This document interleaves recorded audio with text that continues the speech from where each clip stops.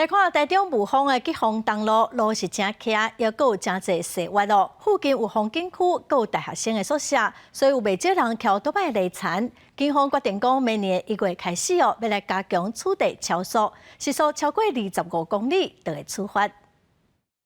山路弯弯弯弯，沿途拢是警示标语，车速限制25公里的布条啊，嘛挂甲真明显。不过，这的车辆所拢当作无看到。台中市的雾峰区吉丰东路，今年9月到今已经有13件奥多摆累残的意外，警方嘛决定要加强来抓超速。就是速限太低，因为下山的时候，有时候不一定会超过这个速度啊，对啊，所以我觉得可以再设高一点。较清秀的，一定较危险嘛，较熟悉无差。最主要是我的感觉啦，25公里至30公里。还可以的。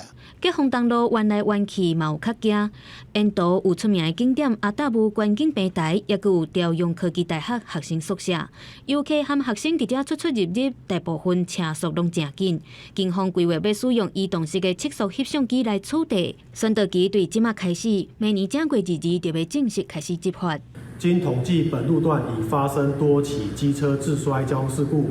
分析主要噪音为驾驶人超速行驶所致，为遏止超速违规等乱象，将在本路段执行移动式测速照相勤务，预计于明年1月22号开始执法。维护民众跟学生的安全，我们当然是赞成我们的学生跟民众都要守法，所以当然依规定在速限内行驶都是为大家好的，这没有问题。朝阳科大校方表示，赞成警方加强执法抓超速。这学期已经请台中市府相关单位加设1甲40块标记标志，而且鼓励学生加利用大众运输工具，嘛呼吁大家要爱遵守交通规则。